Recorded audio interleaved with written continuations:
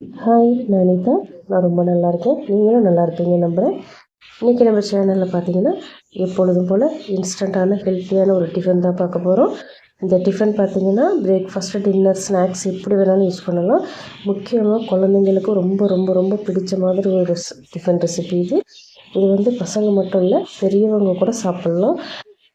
ரொம்ப ஈஸியாக செஞ்சு முடிச்சிடலாம். பருப்பு ஊறுற டைம் மட்டும்தான், மற்றபடி 15லேருந்து 20 நிமிஷத்தில் ஈஸியாக செஞ்சு முடிச்சிடலாம். ப்ரோட்டீன் அதிகம் நிறைஞ்ச இந்த பிரேக்ஃபாஸ்ட்டை வந்து வெயிட் லாஸ் பண்ணுறவங்களாம் கட்டாயமாக வாரத்தில் 2 அல்லது 3 நாள் எடுத்துக்கோங்க. மார்னிங்கில் பிரேக்ஃபாஸ்ட்டை எடுத்துக்கோங்க. வெயிட் லாஸ் பண்ணுறதுக்கு ரொம்பவே ஹெல்ப்ஃபுல்லாக இருக்கும். இப்போ வாங்க இந்த ரெசிபி எப்படி செய்கிறதுன்னு பார்க்கலாம். ஃபஸ்ட்டு பருப்பை நம்ம ஊற வச்சுக்கலாம். அதுக்கு ஒரு பவுல் எடுத்துக்கோங்க. அதில் வந்து 1 கப் பாசிப்பருப்பு, அதே கப்பால் 1 கப் வந்து உளுந்து எடுத்துக்கோங்க. இது ரெண்டுமே 100 கிராம் இருக்கும். இதை வந்து 3லேருந்து 4 தடவை நல்லா கழுவி எடுத்துகிட்டு வந்துடுங்க. கழுவிட்டு வந்ததுக்கப்புறம் பருப்பு முழுகிற அளவுக்கு நிறைய தண்ணி சேர்த்துட்டு ஒரு 3லேருந்து 4 மணி நேரத்துக்கு நல்லா ஊற வச்சுருங்க. பருப்பு ஊறட்டும். அதுக்குள்ளே சட்னி ரெடி பண்ணிக்கலாம். சட்னி ரெடி பண்ணுறதுக்கு ஒரு சின்ன பவுலில் கொஞ்சமாக புளி சேர்த்துக்கிறேன். காரத்துக்கு தகுந்த மாதிரி காஞ்ச மிளகாய் சேர்த்துருக்கேன். நீங்கள் காஞ்ச மிளகாய்க்கு பதிலாக காஷ்மீர் மிளகாய் இருந்தாலும் சேர்த்துக்கலாம். இதில் வந்து நல்லா கொதிக்க வச்ச தண்ணியை ஊற்றி ஒரு 10லேருந்து 15 நிமிஷத்துக்கு இந்த புளியையும் மிளகாயும் நல்லா ஊற வச்சுருங்க. தண்ணி வந்து கட்டாயமாக நல்லா கொதிஞ்ச தண்ணி தான் ஊற்றணும். அப்படி ஊற்றி நம்ம ஊற வைக்கும்போது அந்த மிளகாயில் உள்ள விதைகள் எல்லாமே நல்லா ஊறி வந்துடும். இப்படி ஊற வச்சு அரைக்கும்போது அந்த மிளகாயோட விதை வந்து நல்லா நமக்கு மசிஞ்சு வரும்.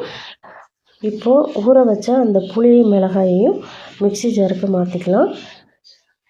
ஒரே ஒரு சின்ன சைஸ் வெங்காயம் சேர்த்துக்கிறேன். ஒரு 3 பூண்டு பல் சேர்த்துக்கிறேன். பூண்டு பல் கொஞ்சம் பெருசாக இருக்கிறதால 3 சேர்த்துருக்கேன். சின்னதாக இருந்தால் ஒரு 6லேருந்து 7 பூண்டு பல் சேர்த்துக்கோங்க. வெல்லம் சின்ன துண்டு சேர்த்துக்கிறேன். உப்பு தேவையான அளவு சேர்த்துக்கிறேன். ஒருவேளை உங்கள்கிட்ட வெல்லம் இல்லை அப்படின்னா அதுக்கு பதிலாக சுகர் சேர்த்துக்கோங்க. இப்போது புளியும் மிளகாய் ஊற வச்ச தண்ணி கொஞ்சமாக சேர்த்து இதை நல்லா ஃபைன் பேஸ்ட்டாக அரைச்சிட்டு வந்துடுங்க. நல்லா ஆறுனதுக்கப்புறம் அரைங்க. சூட்டோடு அரைச்சிங்கன்னா மேலெல்லாம் தெரிக்கும். இப்போ அரைச்சிட்டு வந்துட்டேன். பவுலுக்கு மாற்றிக்கிறேன். சட்னி பவுலுக்கு மாற்றினதுக்கப்புறம் கொஞ்சமாக தண்ணி சேர்த்துக்கிறேன். இந்த சட்னி பார்த்திங்கன்னா தண்ணியாக வச்சாலும் நல்லாயிருக்கும். இவங்களுக்கு எந்த அளவுக்கு தண்ணி தேவையோ அதுக்கு தகுந்த மாதிரி சேர்த்துக்கோங்க. இப்போ கலந்து விட்டுக்கிறேன். நான் வந்து ரொம்ப தண்ணியாகவும் இல்லாமல் ரொம்ப திக்காகவும் இல்லாமல் மீடியமாக வச்சுக்கிறேன். சூப்பராக இருக்கும் இந்த சட்னி. இட்லி, தோசை எல்லாத்துக்குமே நல்லாயிருக்கும். கண்டிப்பாக ட்ரை பண்ணி பாருங்கள். இப்போ தாளிக்கிறதுக்கு பார்த்திங்கன்னா ஒரு 2லேருந்து 3 டேபிள் ஸ்பூன் எண்ணெய், 1/2 டீஸ்பூன் கடுகு, 2-3 காஞ்ச மிளகாய், ஒரு கொத்து கருவேப்பிலை, இது எல்லாத்தையுமே தாளித்து சட்னியில் சேர்த்துக்கோங்க. இந்த சட்னிக்கு வந்து எண்ணெய் தாராளமாக சேர்த்து தாளிங்க. அப்போ நமக்கு சூப்பராக கிடைக்கும். முடிஞ்சால் நல்லெண்ணெய், கடலெண்ணெய் அதில் கூட தாளிங்க. இன்னும் டேஸ்ட் ரொம்ப கூடுதலாக கிடைக்கும். நல்லா ஃப்ளேவராகவும் இருக்கும் சட்னி. இப்போ சட்னி ரெடி ஆகிடுச்சு. இந்த சைடு பார்த்திங்கன்னா நம்ம ஊற வச்ச பருப்பு நல்லாவே ஊறி வந்திருக்கு. பாருங்கள், இந்த அளவுக்கு சைஸ் எல்லாம் டபுளாக இருக்குது பாருங்கள். இப்போ இந்த பருப்பு வந்து மிக்ஸி ஜாருக்கு மாற்றிக்கலாம். இந்த பாசிப்பருப்பு, உளுத்தம் பருப்பு கூட கடலைப்பருப்பு கூட நீங்கள் சேர்த்து இந்த தோசையை ரெடி பண்ணலாம். அதுவும் நல்லா இருக்கும். வேணால் ஒரு தடவை ட்ரை பண்ணி பாருங்கள். இப்போ மிக்ஸி ஜாருக்கு நான் பருப்பு எல்லாத்தையுமே மாற்றிட்டேன். இதில் கொஞ்சமாக தண்ணி சேர்த்துட்டு நல்லா ஃபைன் பேஸ்ட்டாக அரைச்சி எடுத்துகிட்டு வந்துடுங்க. தண்ணி வந்து கொஞ்சம் கம்மியாகவே சேர்த்துக்கோங்க, ஏன்னா அவ்வளோ தண்ணி தேவைப்படாது. இப்போ அரைச்சிட்டு வந்த மாவை பவுலுக்கு மாற்றிக்கிறேன். நல்ல வளவளன்னு அரைச்சிக்கணும். கொரகொரப்பாலாம் அரைக்கக்கூடாது. பாசிப்பருப்பு, உளுத்தம் பருப்புன்றதுனால ரொம்ப ஈஸியாக அரைஞ்சி வந்துடும். இப்போ இதில் வந்து முட்டை சேர்த்துக்கிறேன். நான் 3 முட்டை சேர்த்துருக்கேன். எனக்கு கரெக்டாக இருந்தது. நீங்கள் 5 முட்டை வரைக்கும் கூட சேர்த்துக்கலாம். இப்போ முட்டையை சேர்த்ததுக்கப்புறம் ஒரு விஸ்கை வச்சு நல்லா அடித்து மிக்ஸ் பண்ணிக்கோங்க. நல்லா சாஃப்டாக நமக்கு கிடைக்கணும். முட்டையை வந்து கட்டி இல்லாமல் நல்லா கரைச்சி விட்டுக்கோங்க. அதனால் நல்லா அடித்து மிக்ஸ் பண்ணிக்கோங்க வேகமாக. பார்த்தீங்கனாலே தெரியும் மாவு எந்த அளவுக்கு ஸ்மூத்தாக இருக்குன்னு. நம்ம கேக்கெல்லாம் ரெடி பண்ணுவோம் பாருங்கள், அந்த பேட்டர் போல் இருக்கும் பார்க்குறதுக்கு. இந்த அளவுக்கு நல்லா சாஃப்டாக மிக்ஸ் பண்ணிக்கோங்க. இப்போ நான் மாவை வந்து கரண்டியை வச்சு மிக்ஸ் பண்ணி காட்டுறேன். இந்த பக்குவத்துக்கு நீங்கள் ரெடி பண்ணிக்கணும். இந்த அளவுக்கு தண்ணியாக ரெடி பண்ணிக்கோங்க. ரொம்ப திக்காகவும் இருக்கக்கூடாது, ரொம்பவும் தண்ணியாகவும் இருக்கக்கூடாது. இந்த பக்குவத்துக்கு கரெக்டாக கரைச்சிக்கோங்க. இப்போ இதில் வந்து பொடியாக நறுக்கின பச்சை மிளகாய் 1 சேர்த்துக்கிறேன். பொடியாக நறுக்கின வெங்காயம் 2 வெங்காயம் சேர்த்துக்கிறேன். வெங்காயம் வந்து எந்த அளவுக்கு சேர்க்குறீங்களோ அந்த அளவுக்கு இந்த தோசை நல்லா மணமாக இருக்கும், டேஸ்ட்டாகவும் இருக்கும். இப்போ பொடியாக நறுக்கின கொத்தமல்லி இலை, ஒரு 2 கொத்து அளவுக்கு கருவேப்பிலை சேர்த்துக்கிறேன். 1/4 டீஸ்பூன் மஞ்சள் தூள், 1 டீஸ்பூன் மிளகுத்தூள் சேர்த்துக்கிறேன். மிளகுத்தூள் கூட சேர்க்கலாம், அப்படி இல்லைன்னா ஒன்று பாதியமாக இடித்து கூட சேர்த்துக்கோங்க. 1 டீஸ்பூன் இஞ்சி பூண்டு விழுது சேர்த்துக்கிறேன். 1 டீஸ்பூன் சீரகம் சேர்த்துக்கிறேன். சீரகம் கண்டிப்பாக சேர்த்துக்கோங்க. உப்பு தேவையான அளவு சேர்த்துக்கிறேன்.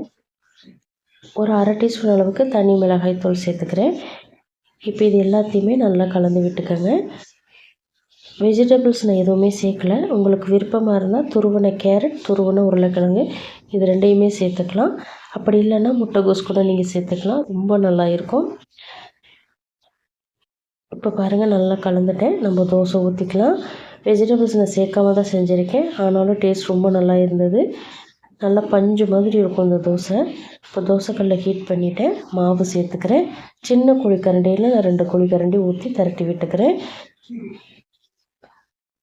எந்த அளவுக்கு மெலிசாக திரட்ட முடியுமோ அந்த அளவுக்கு மெலிசாக திரட்டிக்கோங்க. ஏன்னா முட்டை சேர்த்துருக்கிறதுனால தோசை குக் ஆனதுக்கப்புறம் நல்லா உப்பி வரும், பஞ்சு மாதிரி உப்பி வரும்.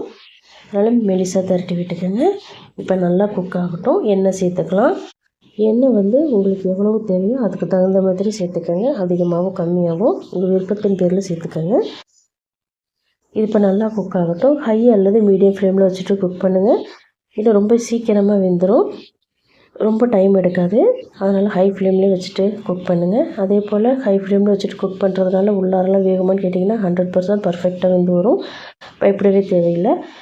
இப்போ 2 சைடுமே நல்லா குக் ஆகிடுச்சு, வெளியில் எடுத்துக்கிறேன். இதுக்கு இந்த சட்னி அல்டிமேட்டாக இருக்கும், கண்டிப்பாக ட்ரை பண்ணுங்கள்.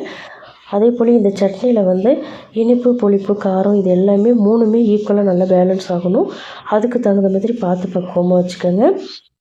இப்போ நான் பிளேட்டுக்கு மாற்றிக்கிறேன். இதே மாவை யூஸ் பண்ணி நீங்கள் தோசைக்கு பதிலாக பணியார மாவும் ஊற்றிக்கலாம். பணியாரம் செஞ்சாலும் சூப்பராக வரும்.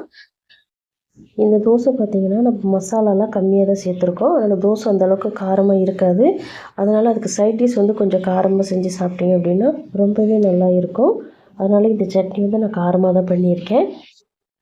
இது 2க்குமே காம்பினேஷன் சூப்பராக இருந்ததுங்க. கட்டாயமாக உங்கள் வீட்டில் ட்ரை பண்ணி பாருங்கள். ட்ரை பண்ணி பார்த்துட்டு உங்கள் ஃபீட்பேக்கை மறக்காமல் எனக்கு கமெண்ட்டில் சொல்லுங்கள். இதே போல் நிறைய ரெசிபிஸ் நம்ம சேனலில் நான் அப்லோட் பண்ணியிருக்கேன். டிஸ்கிரிப்ஷன் பாக்ஸில் லிங்க் தரேன், ஃப்ரீ டைமில் போய்ட்டு செக் பண்ணி பாருங்கள். அதே போல் இந்த ரெசிபிஸோட பொருட்களையும் அதோட அளவுகளையும் நான் டிஸ்கிரிப்ஷன் பாக்ஸில் மென்ஷன் பண்ணுறேன். ஏதாவது டவுட்டாக இருந்தால் அங்கே போய் செக் பண்ணி பார்த்துக்கோங்க.